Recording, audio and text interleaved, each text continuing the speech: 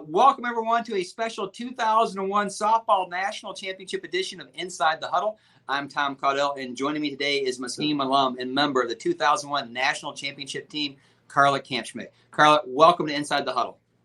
Thank you. You know, Carla, it's hard to believe it's been 20 years since the softball team won the school's first ever team national championship. When you think back 20 years ago at the start of that season, before it ever started, what were your thoughts heading into your senior year for that campaign? So heading into my senior year, I think we were all just still disappointed in the way my junior year ended. We had gone back-to-back years, basically losing to Alma and not making it to the World Series. And we'd watched Segner graduate, and I think there was a big question, lots of doubts as to what the team would look like without Segner. So we were all eager to start the season, but we definitely had a lot of doubts about what our pitching would look like and how the team would go without Segner. So, you know, when you think back, I mean, playing for Coach Newberry, Coach Wells, and Coach Sanford, what was that coaching trio like? So, Coach Newberry, of course, was very demanding. And I only played 2 years for Coach Sanford. Before that, Coach Whitaker. But once they had those three together, they really made a good group and kind of balanced each other out. John was always there to kind of help us out and make us smile a little bit. And Coach Sanford, when you got to first base, she could kind of get the edge off. And so they really made a good group together. So it took a while to probably form and get to know each other. And I think definitely my senior year, Coach Sanford came into her own and really was able to help out with the hitting and take control. You know, playing for Coach Newberry for all your 4 years, what kind of life lessons did you learn from Coach Newberry? I think the biggest thing is just to be very mentally tough and resilient and to be able to handle anything that might happen. Also, just to kind of demand excellence from yourself, and it's okay to demand it from others. She just had such a high bar and standard that she held everyone to. You know, you talked a little earlier that the end of your junior year, a little sour taste in the mouth, the way the season ended for a couple of years to Alma. That senior year started off with 3 straight losses, which is very uncharacteristic for the Muskie softball program. How was it that the team was able to respond to that and turn things around? Yeah, so after we lost 3 straight games, the whole start to that season was different than normal. Normally we go straight to Florida and play in Florida. We were in Georgia, so we're very much a team that likes routine, and I think that kind of threw us off.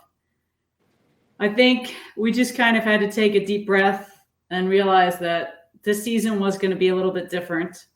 We weren't going to necessarily blow everyone out, but that didn't mean we couldn't compete with everyone. You know, at what point in time as a team you got things turned around and went on a nice winning streak, did you start thinking this could be a pretty special team and we could go pretty far this year? Yeah, I think I've mentioned this before, but it was actually kind of a game against Case Western, which is not in our conference, but it was pretty quickly after we got back from Florida. We're back in town, and we kind of had what I would call a slugfest with them, where they would hit and we would be down quite a few runs, and then we'd come back and we'd hit. And there were some things that just happened in that game. They dropped the ball in the 7th inning, and it just showed that team we weren't ever going to quit. So whatever happened, and we were just not going to quit. We were going to keep trying. So that was the game that made me think we're just, I was proud to be on the team, and we were going to keep fighting till the end. I'll tell you, that is one of the auras about Muskegon softball is the ability to keep fighting, the ability to know heading into the 7th inning that if you are trailing, you'll win this game. It's something that still happens today with the team here. What was it like on game days for Muskie softball?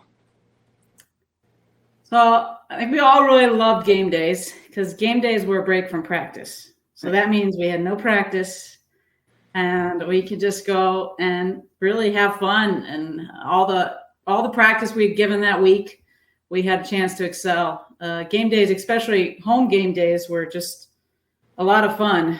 Plenty of fans, and just we followed the same routine and really kind of got pumped up. That was our chance to show off a little bit. Game days.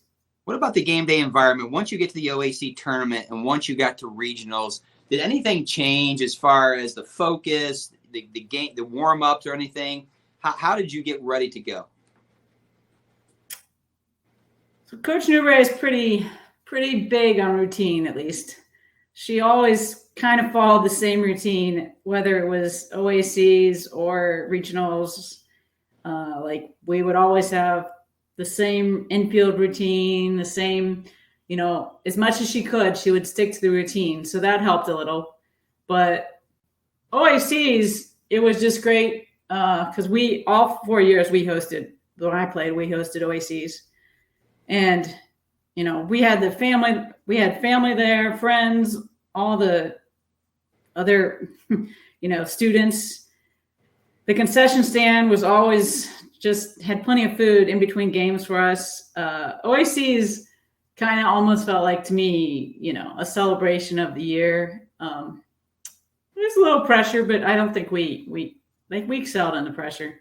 Regionals took it to a new level because there's a lot of things they do at regionals to, change the field, to make it look, make regulations and then admissions change, things like that. Things are a little bit different in regionals, but just a great experience, especially playing against all those teams in great competition. Yeah. So you win the regional, you're going back to the World Series. How did your experience competing in the World Series in 1998 help you for this time as a senior? So I think when I went to the World Series in 98 as a freshman, it was kind of just an awe, and it was kind of a surprise that we made it, and just excited to be there. The World Series, though, was a little bumpy. We had a lot of things happen there. We did well, but we ended up, from the bus breaking down on the way home to while we were there, just having to have bunting practice at the hotel. So I think a little bit getting through that World Series kind of said, oh, okay, well, when we come back, I'll know what to do. I'll know what to expect. And I think the rest of my career, I just spent trying to get back to that World Series again. So you win the first game, and then you get ready for game 2 against St. Mary's. And in that game, during the pregame, Coach Wells goes down on the field. How did that impact the team? How was the team able to focus and move on, not just for that game, but for the rest of the World Series? Yeah, when Coach Wells went down and John went down, I think we were all just in shock. I don't think that day, at least, we didn't fully process things. I think, if we weren't focused before, that just allowed us to become even more focused because there was really nothing else we could do but play for John. And you just knowing John and how much he loved the game, we just wanted to play for him, and there was no choice but to play. The team you're getting ready to face too, St. Mary's, is a team that down at, I believe it was the NFCA Classic, Leadoff Classic, Mercy run-rolled the Muskies early in the year. How do you turn it around to get ready for them the second time? So I actually don't think we did much preparation exactly for St. Mary's. I know we got run-ruled by them earlier in the year, but I think so many games had come between then and now, and we were just a different team, that I don't think we really were intimidated by them. If anything, we liked that we were kind of the underdog for once and playing with a little chip on our shoulder. So I don't remember doing any special preparation other than just being fired up. And then course, immediately when we lost John before the game, any preparation really didn't matter. It was just. Yeah, I mean, unbelievable emotional toll for the team, for the fans, for everyone who followed Muskie softball. You go on to face Central Iowa, another perennial power at Division III, and if you win 2 straight, you're the national champions. What do you remember in that last game when you knew you were 1 game away from a national championship? In the last game, I mean, I can just close my eyes and remember certain plays and moments. I can remember when we took the lead. The last inning really stands out to me. It was just a lot of excitement and, determination. And I think we tried not to think too far ahead and just take it one out at a time. When that final out was recorded, which was a 5-3 put out, and the Muskies just secured that national championship, what was the emotions like?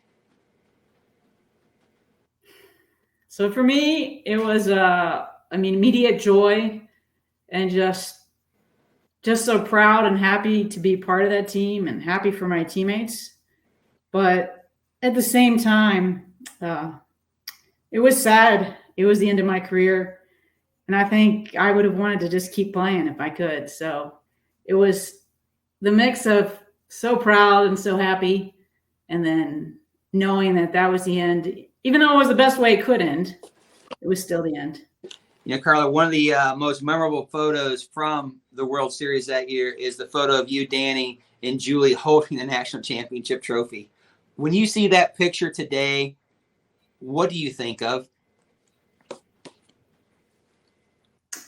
I think I know that dreams can come true.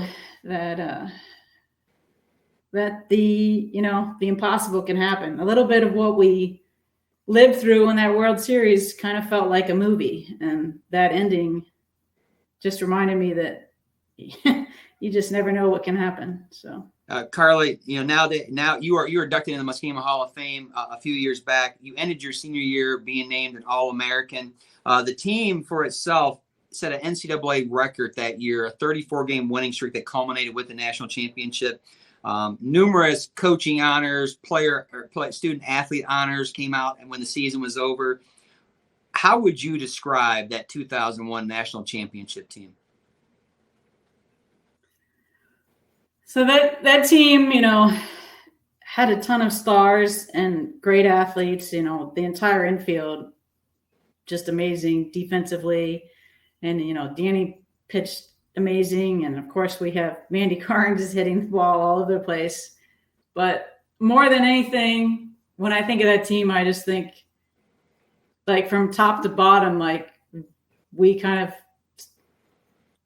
symbolize teamwork. Like, you never knew throughout that season, every game it seemed like it was somebody different coming through. Like, just like the last game, it was Shelly Manson and Jen Shea with the huge home runs, and then other games it would be Chantel hitting a home run.